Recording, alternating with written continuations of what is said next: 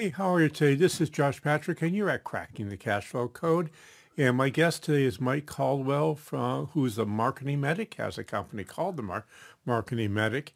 And he is an expert at empathic marketing. And he has a thing, 5 steps of empathic marketing. So we're going to have Mike come on and tell us what that means. Hey, Mike, how are you today? Hey Josh, I'm great. How are you? I am well, thank you. So what is empathic marketing? Empathic marketing is just a form of marketing that puts the person first. I know you're all about the cash flow, but I think you can get better cash flow when you focus on your audience more so than the bottom line. So what does focusing on your audience mean? Well, especially today in this digital age, especially with what's happening with AI and robots and bots and chat bots and all that other stuff, the human connection's being lost. Human skepticism is increasing. And so it's harder and harder to win the hearts and minds of your audience. And so empathic marketing is designed to solve that problem. And how does it do that? Well, the first step is, sorry, I'm losing an earbud here. The first step is really taking the time to understand your audience. And there's two sections that I look at there. First, I look at the experiential understanding you have of your audience, and then I look at the emotional understanding you have of your audience. Now, on the experiential side, I got this from Eugene Schwartz in Breakthrough Advertising. And there he talks about your audience's level of awareness. And so that's how aware are they of their problem? Because your message is going to want to meet them where they are on their journey.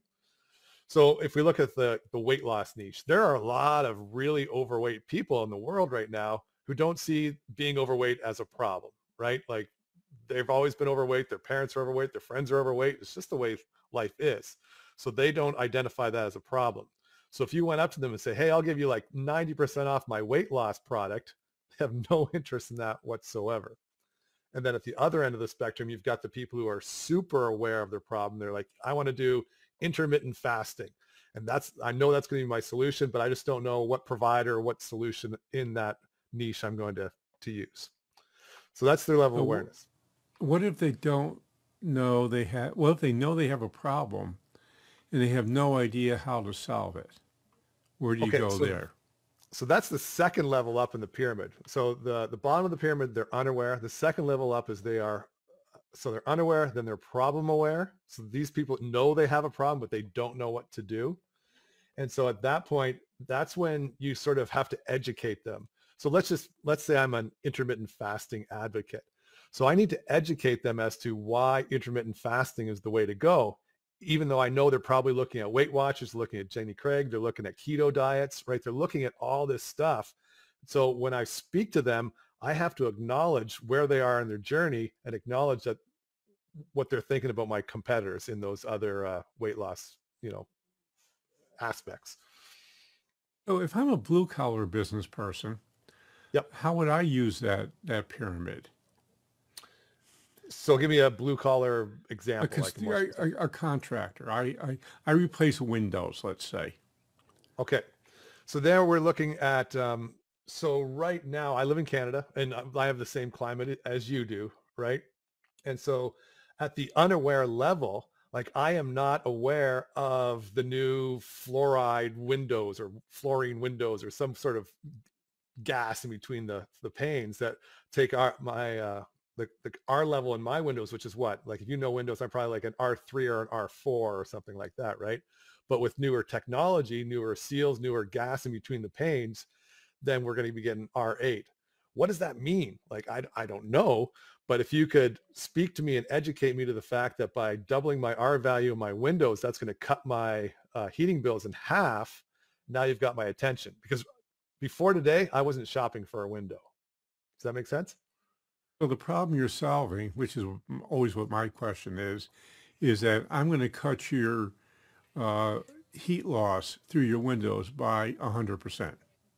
And that Right. will save you X amount of dollars. Exactly. But but you have to, depending on where your audience is in that level of awareness journey, depends on how you frame that information. Because you just can't come at me right now. Like if I'm not looking for windows and I'm completely unaware that I have a problem with my windows, then you can't just start talking to me about doubling, improving the efficiency of them. You have to explain first what the problem is. So you would start off. So level one is, a lot of people will refer this to the top of the funnel, Yeah, is that is helping someone understand they have a problem in the first place. exactly. And why Okay. should I, why should I do windows? Like maybe I need more insulation in my attic. Maybe that's a better way to go. Maybe I've got gaps in my doors. Maybe that's a better way to go. I don't know. I know I'm paying a lot for my heating bill right now, but I don't know why. And I don't know if windows is the way to go right now. So what you just gave me was, if I'm a window installer, I might want to start a new business where I do an energy audit as my front end. That would be, yeah, that would be amazing. Because, oh, geez, this phone never works. Sorry about that. Yes, an energy audit would be amazing because online, I'm more of a direct response online person, but lead magnets work in every niche and every style of marketing. Well, it seems to me that, I mean, look, we don't know we have a problem, but we do know I'm spending too much for electricity Right. or too much for oil or natural gas or however you heat your house if you're in the northern part of North America. And even parts of southern, you actually have to heat your house sometimes. So, but that's not as big of a problem. Down there, the problem would be I'm leaking or I'm spending too much money on cooling, I would assume. Yeah, and we can even start almost higher in that funnel of unawareness in that right now we know that prices across the board are increasing. So our spending dollars are much less than they used to be, right? Right. And so how am I going to, like right now I'm worried I can't buy the same quality of groceries that I used to buy because grocery prices are going up. But what if I save money in another area that would allow me to put my more money toward groceries or, other niceties in life?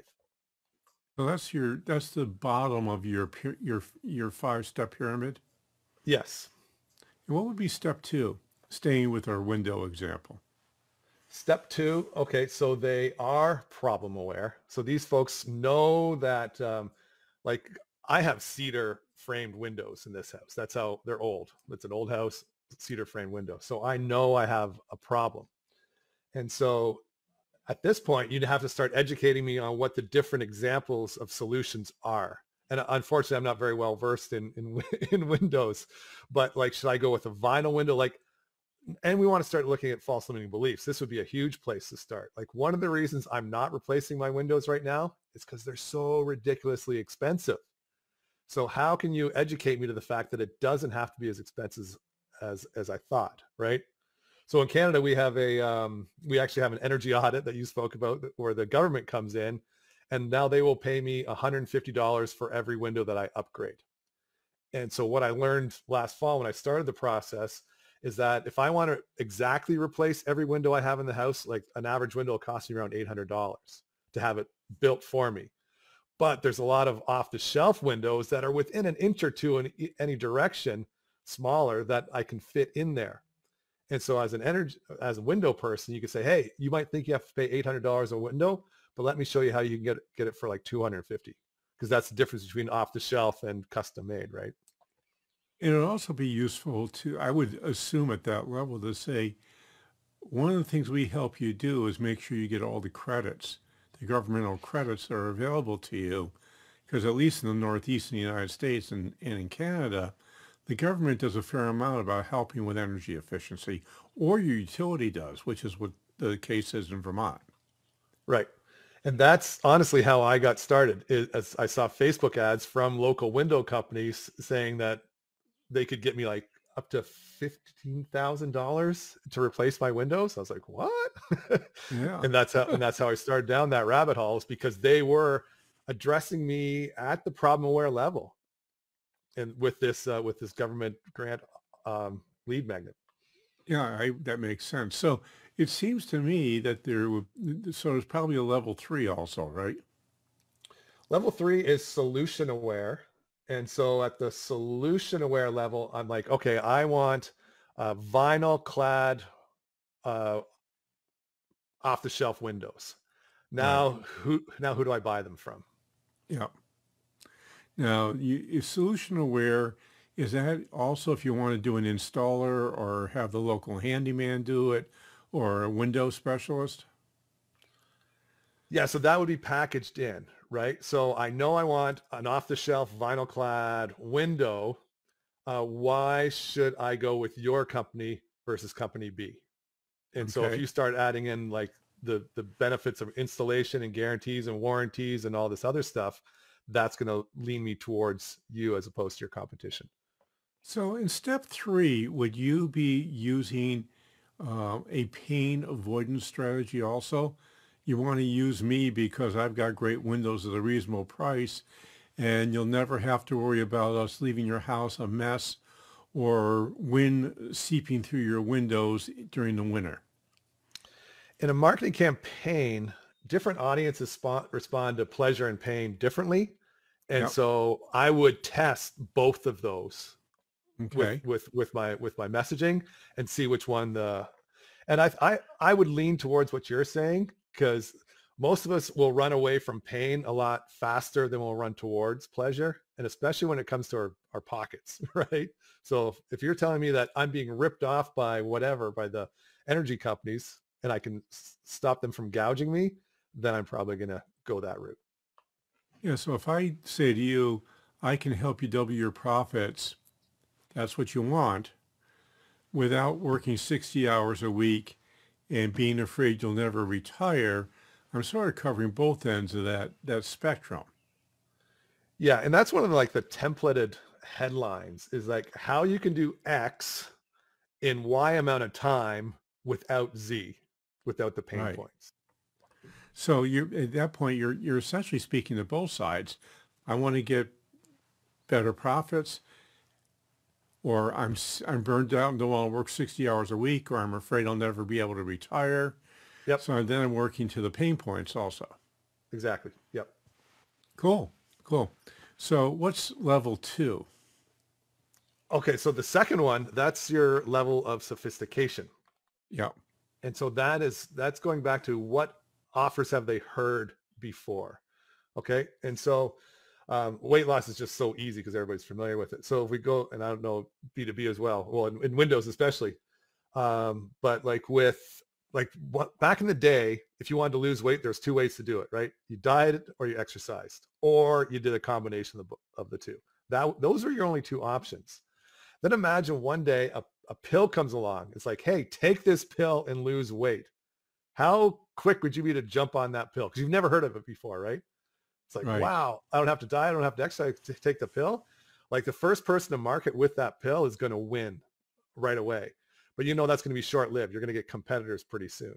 And so so you can't just say, take my weight loss pill and lose weight. Now you have to say, take my weight loss pill and lose, 5 pounds in 14 days.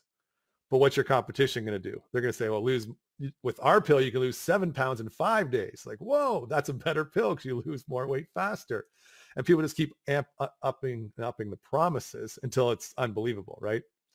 And that brings us to the next stage of the level of sophistication where you have to introduce your big differentiator.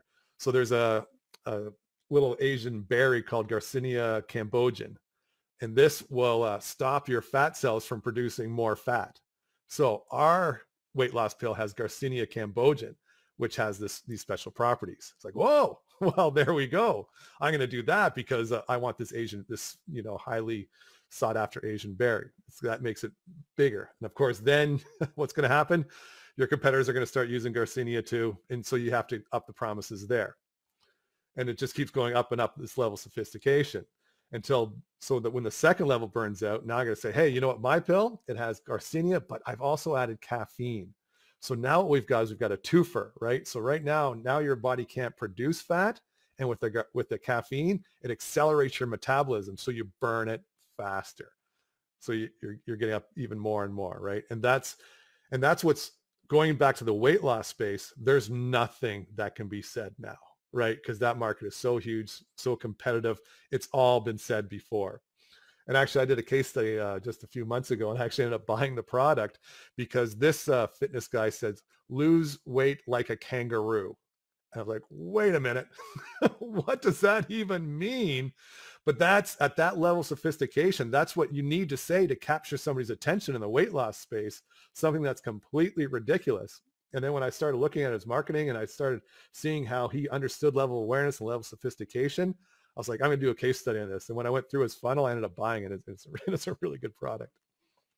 So what you're saying is the marketing campaign that you run, whether it's, level 1 or level 5, really depends on the audience and where they are in the buyer's journey. And that's empathic marketing. That's understanding your audience. So what I stated at the beginning is you have to have a understanding, an experiential understanding. That's their level of awareness and their level of Yeah. sophistication. So that's what they've been seeing. And then there's the emotional understanding. And with that, I break that down into the 4 Ds of transformation delivery. That's what I call it. And so in the short term, you're looking at their difficulties and their desires. And in the long term, you're looking at their dreads and their dreams. Okay, so um, that's sort of around psychographics. Am I correct there? Yeah, for sure. Definitely. So by psychographics, we mean what are the motivations? What are people thinking? What do they say to themselves? Not who they are or where they live or how much money they make. Right. Yeah. This is the core to what they're feeling. Like your business, you've heard the analogy of like people don't go to the hardware store to buy a drill, right? They bought the drill because they want the hole. And you can Right. keep, and in that case, I say you need to act like a 5-year-old child and just keep asking why. Because you usually have to ask why 7 times before you can get to the root of like that psychographic need. So once you get to the root, you sell to the root, I take it. Exactly. Yes. So that sounds like a fair amount of work. How hard is that to do? So it's it's it's not hard if you follow a process, if you know what you're doing and you do the work. But the thing Yeah. is if this is the foundation. So you've heard the Pareto rule, the 80-20% rule, right? And so like 80% of the results are going to come from 20% of the effort, right? Yeah. And so, but that effort that you need to put in is you really need to dive deep into understanding your audience. Because if you don't know where they are in their journey and you don't know what they're feeling, then none of your messaging is going to respond with them.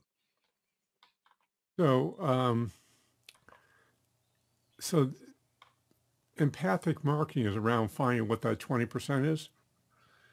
Yeah, now I'm getting confused by my own analogy there with the, with the Pareto rule, but yeah, 80% of what you need for your marketing campaign, 80% is understanding your audience. Because Yeah. once you've got that, like, it's we're all of us are so worried about hiring copywriters and getting, saying the words in the right way. But if you understand your audience and really can, push on those pain points, you don't need flowery language, right? You just need to resonate with them and let them know that you understand their pain and where they're coming from. Well, how is the easiest way to go about finding what their pain points are? What it's depending on how you want to do it. And you know what? It's funny because one of the things that it sounds like I'm anti artificial intelligence, anti chat GPT. But if you know how to ask the right questions to chat GPT right now, it's been giving me some amazing answers. Like I've now been able to get chat to write a diary article for my avatar. And this, like, once you read their diary article from that chat producer, you might shed a tear or two.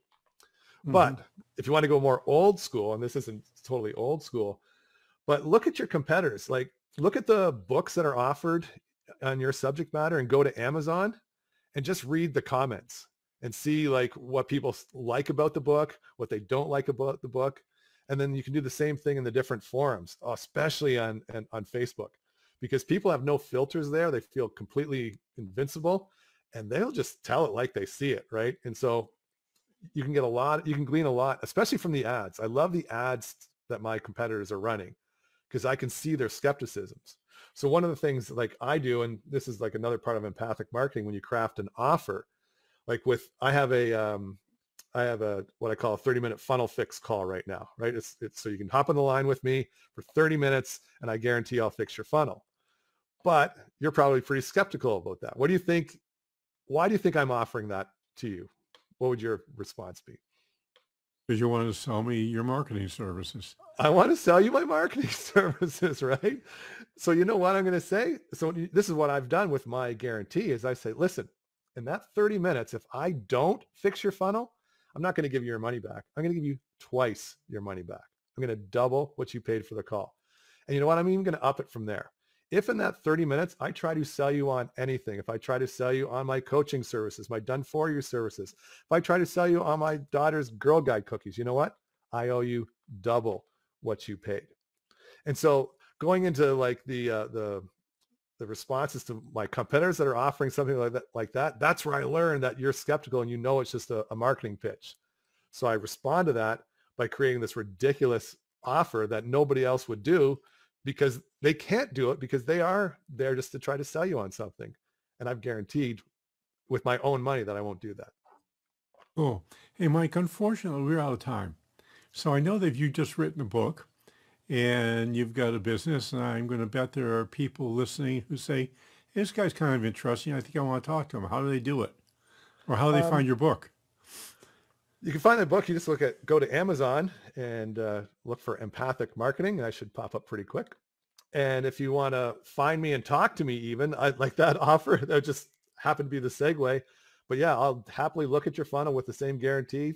And right now I'm only charging $47 for that 30-minute call. So that's www.themarketingmedic.ca because I'm in Canada /2x back. In that I will give you 2 times your money back if I try to screw you over. Or you can't solve the problem. Or I can't solve the problem. But it's, I haven't met a funnel I couldn't fix yet.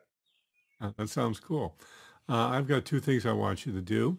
And one is please go to wherever you're listening to this podcast and give us an honest rating and review. That's really important. Spotify, Apple, Amazon. We're on all those wonderful, fun sites. So wherever you listen, go and please give us an honest rating and review. And the second thing is we have this thing called the Financial Freedom Accelerator. And what we do there is first, we find out where you are on the road to financial independence or financial freedom from your business, which is actually what most people want. And unfortunately, too many business owners we run into don't have a road to become financially free from their business. And that's where the accelerator gets fun, is that we help you develop a strategy that will work, that will get you to financial freedom from your business. So if you're interested, it's really easy to find out more about it. You just go to www.sustainablebusiness.co/freedom. That's www.sustainablebusiness.co, that's .co, not .com, /freedom. And you'll get a chance to learn more about the Financial Freedom Accelerator. And if you're interested, you can then have a conversation with me, see if it works for you. Hey, this is Josh Patrick. We're with Mike Caldwell. You're at Cracking the Cashflow Code. Thanks a lot for stopping by. I hope to see you back here really soon.